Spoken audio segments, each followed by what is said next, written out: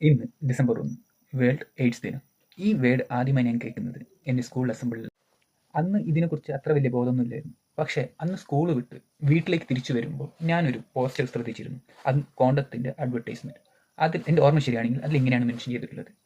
എന്ന് വെച്ചാൽ ഇതിൻ്റെ കണ്ടന്റ് ഇങ്ങനെയാണ്: കോണ്ടം യൂസ് ചെയ്യൂ, പ്രിവെൻറ്റ് എയ്ഡ്സ് എന്നോ HIV എന്നോ എന്നാണ്.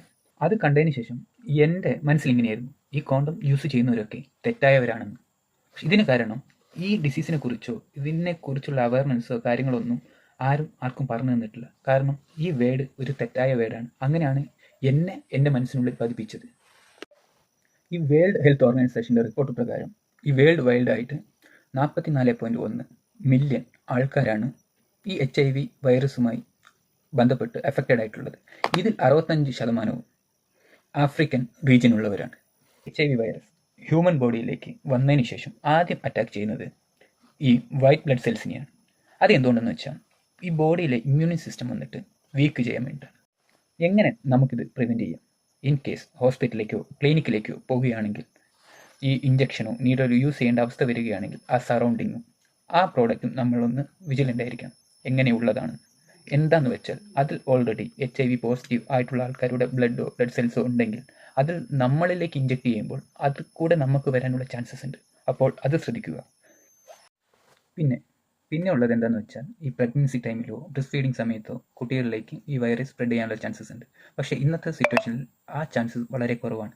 കാരണം ഈ സമയങ്ങളിൽ തന്നെ ഈ HIV ടെസ്റ്റ് ഈ ഹോസ്പിറ്റലിൽ തന്നെ എടുക്കുന്നുണ്ട്.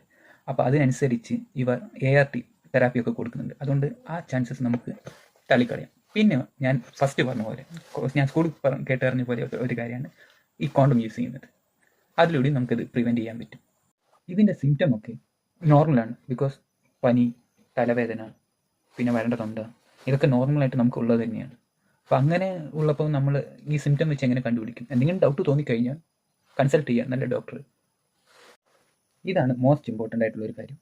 നമ്മളെ കൂട്ടത്തിലും നമ്മളെ ഫ്രണ്ട്സിനിടയ്ക്കോ ഇല്ല ഫാമിലിയിലോ ഇല്ല നമുക്കറിയുന്നവരോ ആരെങ്കിലും ഈ HIV ബന്ധപ്പെട്ടുണ്ടായിരിക്കാം. അവരെ കണ്ട ഉടനെ ഒഴിഞ്ഞു മാറുകയോ ഇല്ല ഒരു അവഗണന കാണിക്കുകയോ ഇതൊന്നും ചെയ്യേണ്ട കാര്യമില്ല.